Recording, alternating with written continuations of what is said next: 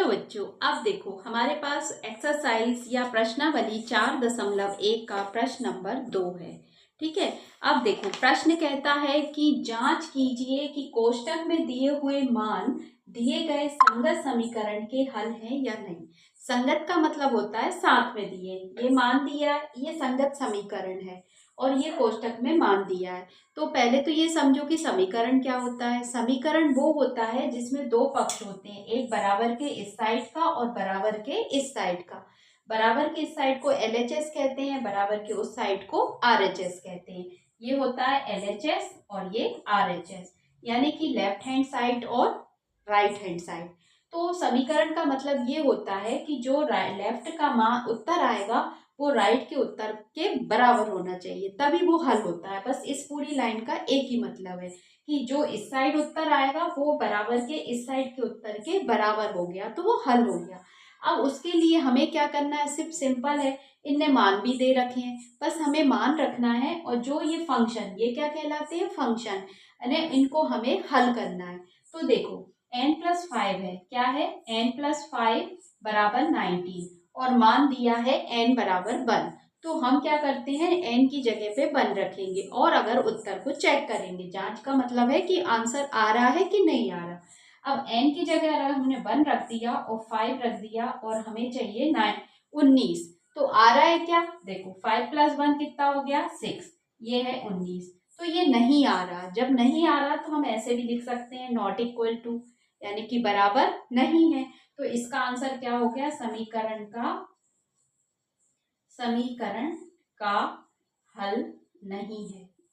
ठीक, ये हो गया, ये इसका उत्तर हो गया। क्यों नहीं है, क्योंकि यहाँ 6 आ रहा है और ये 19 है, तो हमें दोनों बराबर होना चाहिए, यही समीकरण का मतलब होता है। अब बी वाला पार्ट देख लेते हैं अपन।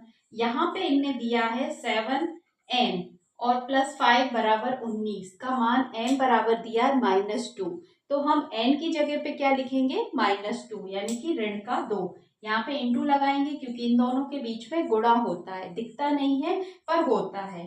ठीक, अब यहाँ पे माइनस का साइन है इसलिए हमें कोष्टक लगाना जरूरी है। तो -2 लिखेंगे, +5 की जगह पे 5 और 19 की जगह पे 19। अब चूंकि हमें जांच करना है तो जांच करके बताएंगे। क्या बताना है, इसका इसमें गुणा करेंगे।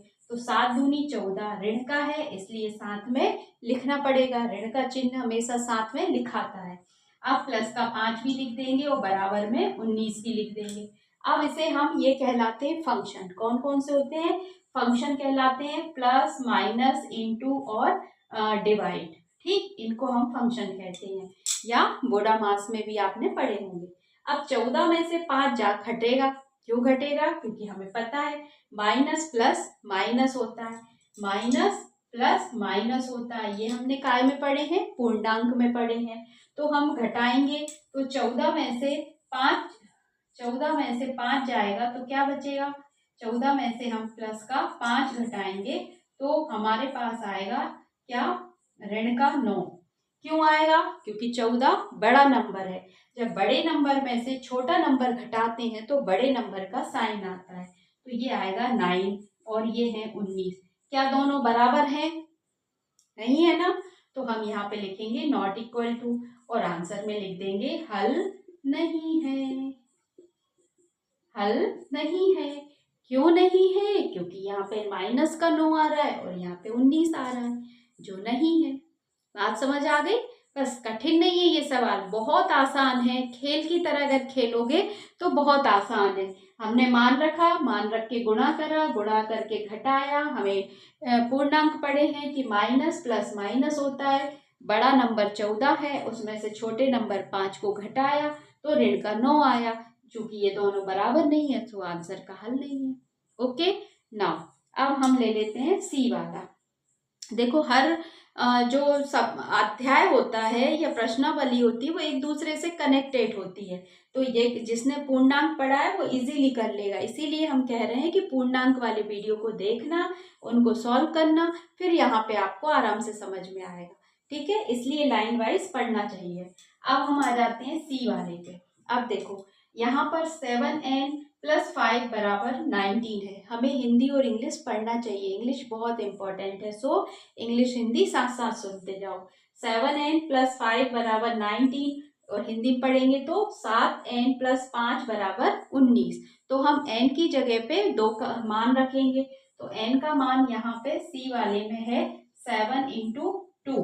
अब चूंकि ये प्लस का है तो डायरेक्ट लिख सकते हैं प्लस 5 बराबर 19। ठीक, अब 7 का गुणा 2 में करेंगे तो कितना आ जाएगा 14, प्लस का 5 बराबर 19, प्लस करेंगे 14 5 19 हो गया बराबर में 19। अब देखो इस वाली सिचुएशन में क्या हो रहा है, दोनों के मान बराबर आ गए तो हल हो गया, खत्म बात।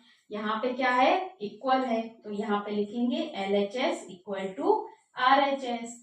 सो हल है, क्या है ये, हल है। और ये नहीं है तो LHS not equal to RHS, left hand side not equal to. ये मैंने आपको अच्छे से समझाया है, सारी कंडीशंस बताई हैं।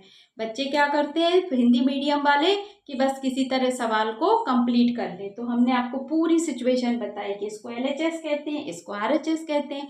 अगर दोनों के मान बराबर नहीं है तो उसको नॉट इक्वल टू लिखते हैं, और बराबर है तो लिख देते हैं और साथ में हिंदी में लिख देते हैं हल है। इसमें नहीं है तो नहीं, नहीं है तो नहीं। समझ आया समीकरण का मतलब कि आंसर दोनों साइड के बराबर होना चाहिए। ओके, अब नेक्स्ट क्वेश्चन। हेलो बच्चों, अब प्रश्नावली 4.1 का प्रश्न नंबर 2 पढ़ा है, इसी का दूसरा पार्ट ले रहे हैं। दूसरा पार्ट ये मानो या DEF करके है। तो इसमें क्या है, देखो जांच कीजिए कि कोष्टक में दिए हुए मान दिए गए संगत समीकरणों के हल हैं या नहीं। तो हमने पहले भी देखा क्वेश्चन में कि बराबर के इस साइड का उत्तर बराबर के इस साइड जो उत्तर दिया है उसके बराबर आना चाहिए, तो हल हो जाएगा।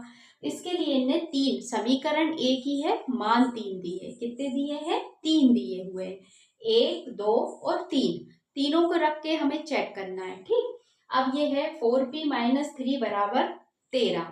अब हम यहाँ पे p बराबर इन्हें दिया है 1, तो हम p की जगह पे रखेंगे 1, तो 4 इंटू पी तो 1, क्योंकि धन है प्लस का है तो कोई कोष्टक की जरूरत नहीं है, -3 और इक्वल टू में 30। हम इंग्लिश और हिंदी साथ बोल रहे हैं, समझ लेना है ना, जहां नहीं आया समझ तो बताना। अब देखो 4 इंटू 1 यानी कि 4 गुणित 1 तो 4 एकम 4, -3 बराबर 13 हो गया। अब ये 4 है और ये 3 है माइनस का, तो ये घटेगा, तो 4 में से 3 गए तो क्या बचेगा 1, और ये आ गए 13। क्या दोनों बराबर आ रहे हैं LHS RHS, नहीं ना, तो हम यहाँ पे नॉट इक्वल टू लिख देंगे और यहाँ पे लिखेंगे हल नहीं है। समझ आ गई बात, यहाँ का उत्तर यहाँ के उत्तर को बराबर आना चाहिए तो हल है, नहीं आ रहा तो नहीं है। अब ई वाला, अब देखो 4p minus 3 equal to 13, value क्या रखना है माइनस का 4 रखना है, तो माइनस है इसलिए हमें इसे कोष्टक में लेना पड़ेगा, -4 -3 बराबर 13।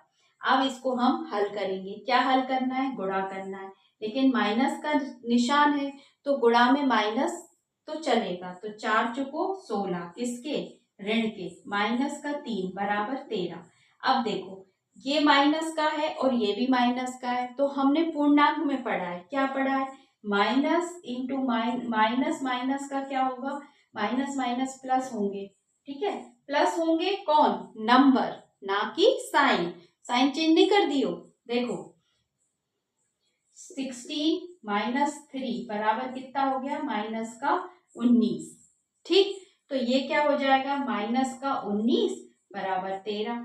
क्या आंसर बराबर है, LHS RHS बराबर है नहीं, क्योंकि ये भी ऋण ये भी ऋण, तो माइनस माइनस प्लस का मतलब होता है कि नंबरों का प्लस होगा, साइन प्लस नहीं होगा, तो ये 19 आ गया। अब इन दोनों को देखो नॉट इक्वल टू, तो हमें लिखना पड़ेगा हल नहीं है, ठीक, ये हो गया। अब थर्ड वाला ले लेते हैं, इसकी 2 पोजीशन, समीकरण वही था 4p माइनस 3 13, 4p माइनस 3 13 वही था, पर यहाँ पे हमने p बराबर 1 मान लिया है, यहाँ पर p बराबर -4 लिया है, ठीक है, तो ये आया। अब हमारे पास लास्ट है, अब इसको देख लेते हैं f को, क्या देखेंगे कि 4p -3 बराबर 13 में p बराबर क्या लिखना है 0, तो p इंटू 0 -3 बराबर 13। अब देखो ये आ रहा है क्या, अगर किसी भी नंबर में 0 का गुणा करते हैं तो वो 0 हो जाता है, तो ये तो हो गया 0 -3 बराबर 13। ये आंसर में -13 और ये 13, ये भी हल नहीं है क्योंकि मान तो बराबर आ ही नहीं रहे। जब मान इक्वल नहीं आते तो हल नहीं होता। इस तरीके से हमने सारे क्वेश्चन कर डाले। अब इसमें कोई भी क्वेश्चन में ऐसा नहीं है जिसका मान आ रहा हो, ठीक है। तो इस तरीके से इनके हल कंप्लीट हो गए हैं। ओके, अब वीडियो अच्छा लगे तो लाइक और सब्सक्राइब जरूर करें। बाय।